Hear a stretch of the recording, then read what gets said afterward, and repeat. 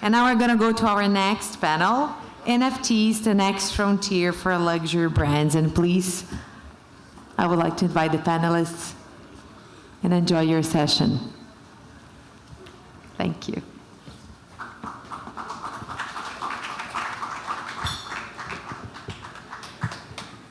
Good day, everyone. Thanks for joining us here today. NFTs, next frontier of luxury brands. I'm excited to be here moderating this panel of amazing folks next to me. I'm Greg Norman Jr. I'm the CEO of Europa Labs. Quick intro, I spent the last part of 2021 building in this space, building specifically in the art world for art NFTs.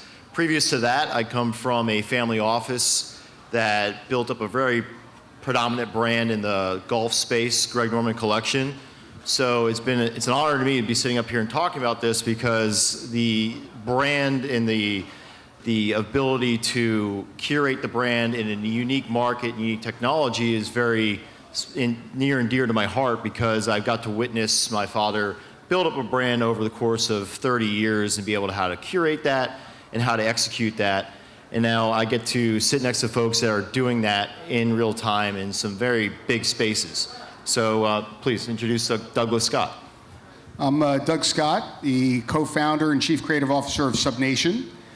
We work basically a Web3 venture studio, one side of our house, working closely with brands like NASCAR in terms of their overall strategy, how to deploy Web3 tools and technologies well beyond just the NFT into avatars and open worlds and DAOs and a whole host of other technologies that are out there. And then the other side of our business is very much focused on new ventures. So we, last December, launched a NFT gallery and curated boutique at Fred Siegel in Los Angeles. And we'll continue to expand on that in terms of collaborations with young designers, moving them into the digital twin space and really securitizing physical assets utilizing these new technologies. Okay, hi everyone, happy to be here. My name is Olivier Moingeon. I'm co-founder of Exclusible. We are an NFT marketplace dedicated to luxury brands, but we also develop a lot of metaverse activations. Personally, I'm French, as you can probably make out, but I live in New York and I spent my entire career in luxury. I worked for 11 years at Cartier, then I was the head of Goya for the Americas, and then CEO of Bastille, which is a French beauty brand. And so after 18 years in luxury, I left the corporate world behind to create Exclusible and help luxury brands start their journey into Web3. Hi guys, I'm Joanna. I'm from Singapore, so I'm a fashion designer by trade. I do own my own fashion labels, streetwear, couture gowns or wedding gowns, and from there I was wondering what can I do with NFT, fashion in NFT. So that's how my project, MIRL, also known as Mirror, also stands for Made in Real Life. That's how it came about. What we want to do is to empower, inspire younger designers, creatives out there to come on board to the metaverse space and create something new, and how we really want to bridge the world of physical and digital together through fashion, because it's something that every one of us can relate to. Yeah, thank you. Hi, I'm Shekinah. I'm a lawyer in the NFT space. I'm currently the general counsel for the Dead Fellows NFT Collection. I'm the former lawyer for Artifact, which is a digital fashion / gaming brand that was recently acquired by Nike. And I'll be adding the legal aspect to this conversation. So I'm going to actually start with you, Shekinah, because as you could hear, everyone here touches a lot of different brands with a lot of different provenance and powerful names associated with it.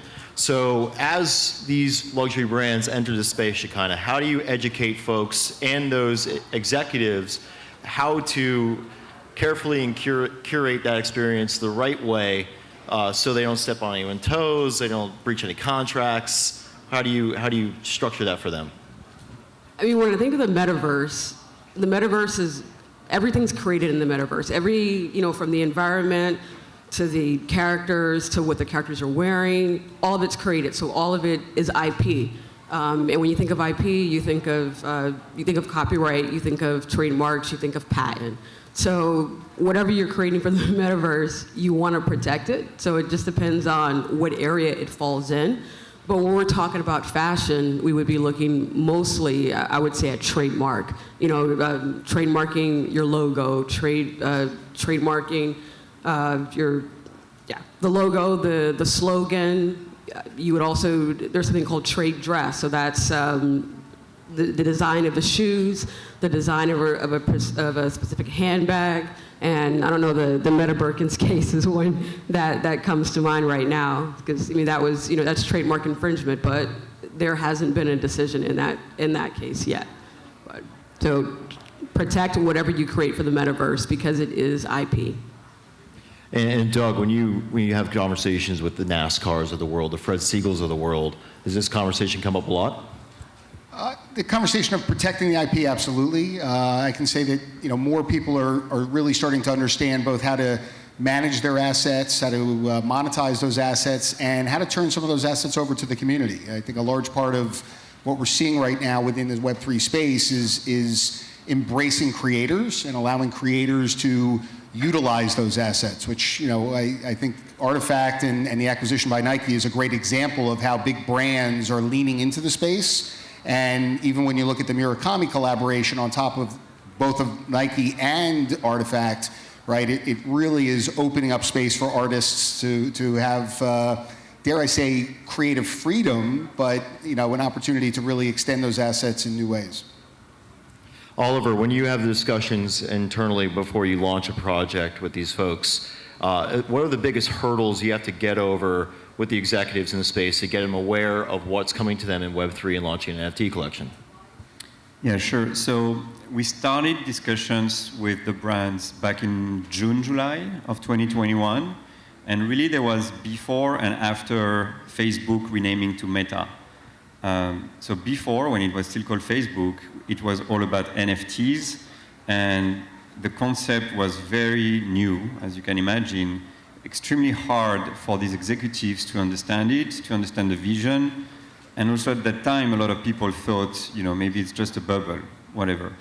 Then Facebook renamed to Meta, and then the attention became the metaverse, which we welcomed. We were very happy about that move because our thesis came more and more realized. When we launched Exclusible, the thesis was that as we move forward in this decade, we will see the rise of virtual commerce, which is basically a new business line for brands, every brand in the world, to sell a new kind of product. And it will be digital assets. And these assets will have different utilities, different use cases. And for us, we were absolutely certain that this future will unfold in this decade. Very few brands shared our vision, but people like, brands like Gucci or Balenciaga or Burberry, they were already at the forefront. And then a year later, after we initiated these discussions, now it's a completely different space. So first of all, everybody understood that Web3 is a revolution. The concept that you can own a digital asset and that it can be used in different types of platforms, it's finally clicking that there is an economic model and an engagement and attention model that basically does nothing else than replicate what already exists in the physical world. So that's kind of like a filter that I use in every initial discussion with brands, is to say that there's nothing new. Okay, we're not reinventing anything.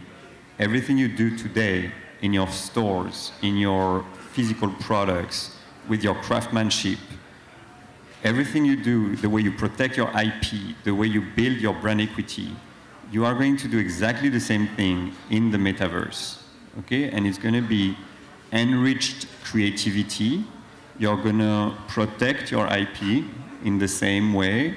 You are going to buy, sell, rent, virtual locations to display your products, display a new kind of experience. Can I challenge you on? Yeah, I just want to challenge you on something because you said it wouldn't be different. But what about like ownership? You know, because with NFTs and we have the blockchain, and you know we now have these digital items. So why would that not be different? Like that is something that like the power is more in the people's hands. Yeah, 100%, 100%. So it's even more transparency and even more ownership with, with the blockchain. So that's the big difference with, when the resale economy came along like 10 years ago. Once a product is sold in a store, you don't know what happens to that product. And then that client, the relationship, it's only through an email. Usually it's an email. Sometimes you have the WhatsApp phone number, and then it's up to the salesperson to initiate the discussion or continue the relationship. Whereas now on the blockchain, you have authentication of products, you have the lifetime, you have full transparency. So that's another gigantic use case of the blockchain. And then the next step, which I know a lot of companies are building right now, is how you add CRM onto the blockchain. Yeah. That's a big thing. So I was talking to Pierre Nicolas from Ariane today, and I know that's a big step for them also. It's the natural evolution of all this tech. Yeah, we're exploring that space right now. We did a collection for 11 Miami, which is one of the most profitable nightclubs in the world per square foot. And the founders of that group wanted to create a Web3 interface between their brand, their ecosystem, and the NFT. And what we're doing for them is, right now, first and foremost, just token-gated access into the venue. But behind that, that token ID 111 entered the space 3 times, 4 times in that year, got to interact with that ecosystem over and over again for a certain amount of times. And that's all provenance on-chain. We get to know then and reward folks in real time based upon what they're doing with their token, with that membership. So you get to create these loyalty rewards programs that then get connected to that token over time. So it ends up being further down the rabbit hole of what we all think here can envision what airline miles need to be, where you are now a participant in the ecosystem, but you're not locked into it. You can create that value in that token utility over time, or then if you want to, say, move on from American Airlines to United, you could sell that asset that someone's going to pay a higher premium for because they don't want to put the time and effort into gaining to that status symbol, if you will. Now, Joanna, a lot of what you all do at Mural is very creative, a lot of iterations on the space. Why don't you tell us about how you look at brands and how you bring them into the metaverse and how you get creative there? Yep. So for us, we do want to create an ecosystem that is targeting the creative. Even though we are a fashion project, we don't just focus on fashion designers. We do reach out to, illustrators, graphic designers, even musicians or DJs. The whole idea is to connect creators because we all believe that creators will be able to, value add in a project. They could create something, out of thin air for you guys and realize your vision for your projects that you're doing. So while we are building our creative ecosystem, right now we do have about over 300 creators globally, even from London, even Spain. So what we do is while we build our creative, we are in talks with a lot of Web2 brands. So Web2, they probably don't really know what metaverse is. They have no idea how to tap into the market, so they do need help. And what Mural does is that we connect the Web2 brands, we connect the creators. If they are looking for specific designers, that's how we create. And the whole reason how NFT is so unique and it's so special is that creators have a voice. They finally can do something, and they can have income share. A lot of time as a creator, as an artist myself, we always wonder what platforms can we go on to. Why are you always asking me to can you do this for free? I think a lot of artists here, this is one of the biggest problems that you have. Can you do this for free? Can you do it at a lower cost? But we need to understand that it takes time to create a super artwork. It takes time to to have the content creating.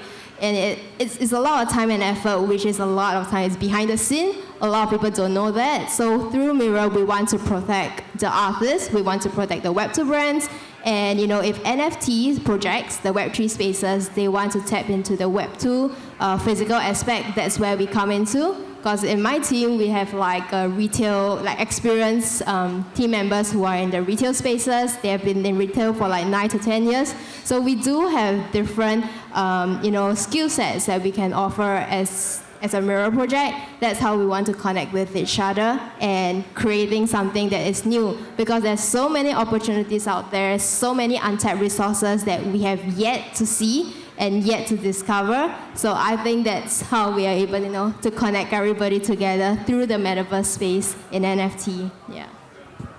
Yeah, for sure. Brands are, in my opinion, they're just a meme, a societal meme that we all agree on has a lot of value. And that is what brings value to the NFT space, because we all as a society agrees that Bored Ape Yacht Club has X value, punks have X value, and et cetera, et cetera. So as we enter this space, as we bring in these luxury brands in the space, we got to carefully curate that brand to cross over to hold that value of that asset. And one thing that I've experienced through this time is how, as I've asked a few of these people up here next to me, how you carefully bring in these executives from these institutions to be able to understand that this is a hybrid version of this where you are allowing the community kind of into your space. It's not equity, it's not debt, but it is an asset that they can basically move around their ecosystem around with you. So you have to, in a way, be very careful, but not rush that execution of it, because there's so many nuances already ingrained into the legacy of those brands.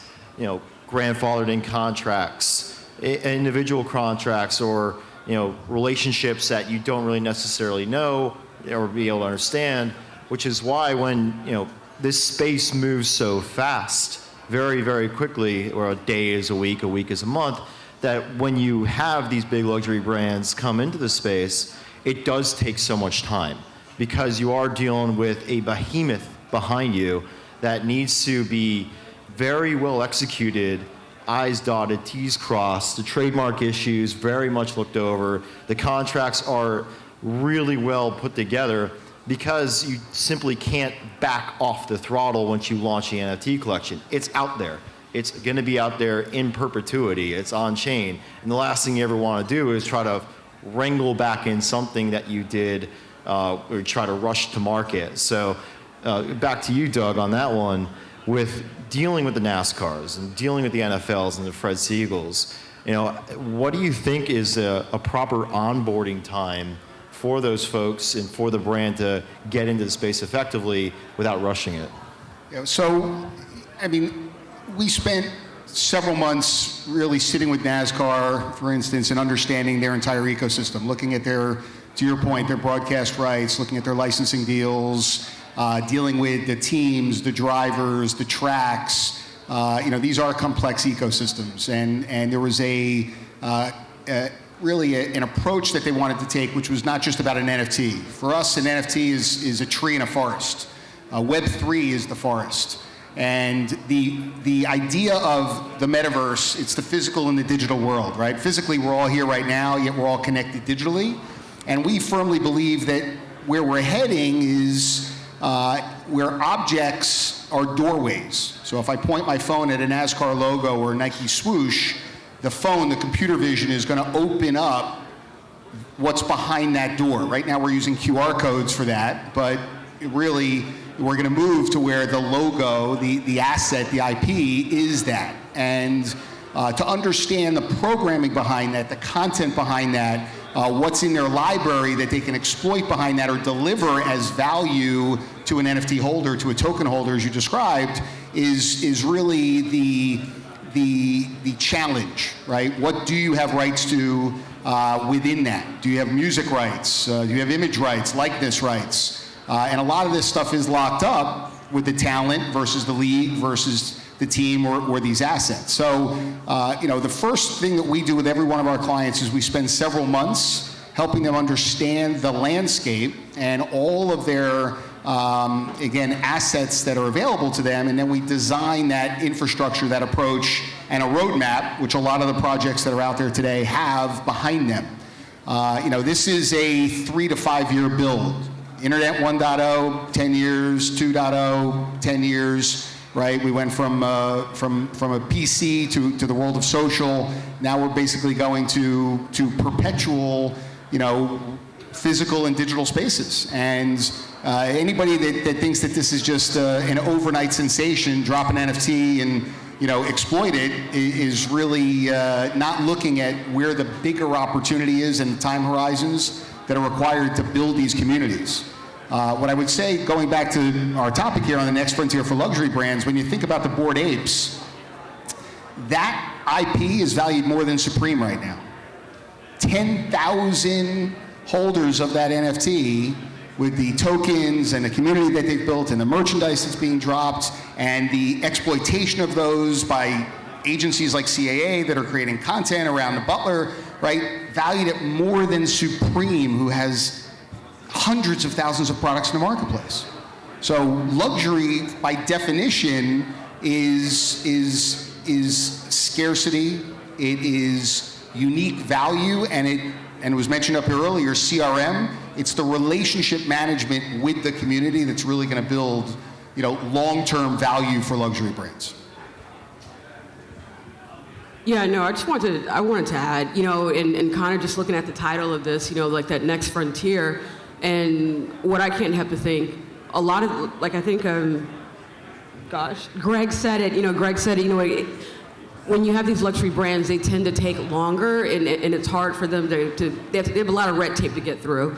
And like I work with a company called Cult & Rain, and I do their marketing, their Web3 marketing and partnerships, but the team itself, they have over 15 years experience in the fashion industry. So when you bring someone that's NFT native or Web3 native and you match them with Web2 native folk, I believe that's the next frontier. That's the best match, because when you have a brand, I mean, I'm not going to say that they're ancient, but they are. They're old, they're antiquated, and a lot of the methods they try to use just doesn't work. With this new generation, it doesn't work within the Web3 community. It just doesn't work in this space. It doesn't fit.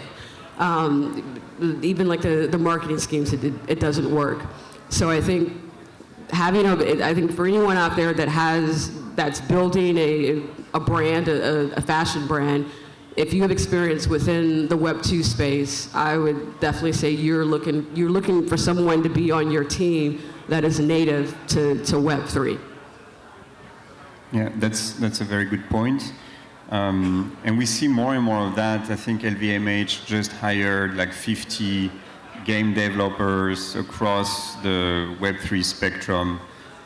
We see it also every day in all the drops that we do with brands and also drops for ourselves, that this knowledge of pre and post drop and community management, it makes a world of a difference. It's such a completely different animal compared to e-commerce and traditional e-commerce. One thing that also is happening right now, obviously, we're all suffering because of the bear, but I see it as a Darwinism of Web3, in a sense. And I've experienced it firsthand, 2008, in retail, big crisis, and obviously every brand suffered. COVID, every store closed, so all of a sudden, every brand had to accelerate their technological and digital adoption. So right now what's happening, it's a bit of a cliche, but builders are building, creators are creating. It's kind of like clearing the field from all the bad projects that somehow got some type of hype for a few months. The tech is there to stay, to be developed. Nothing is changing. The fundamentals are still extremely strong. On our side, there's not a single brand that has told us that they were pausing or canceling their projects because of the bear market. They're just sensitive to it, but the fundamentals are still there. So it's very positive for Web3. Yeah, it's an exciting time. I mean, we've already gone from 0 to 1 as an industry. Now we got to go from 1 to N.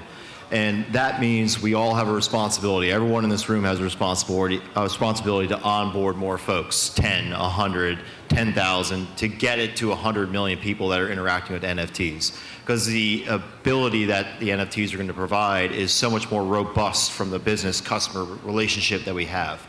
So it is a responsibility that we take very deeply to our chest to onboard these luxury brands the correct way into the marketplace, because along with gaming, along with the sports organizations, the luxury brands are going to bring to mass market what we all here believe is the future of our internet and decentralized rails. So we really appreciate you all having me on stage and moderating this. Thank you all so much. Well, yeah, so everybody stay on stage because I'm going to make us take a selfie. And I did want to just say one more thing. Like, this shoe here was an NFT, like this shoe here. And yeah, the company like Artifact, you bought the NFT and you got the shoe. So there is use case and people are building. All right, we're going to take a selfie. Hold on.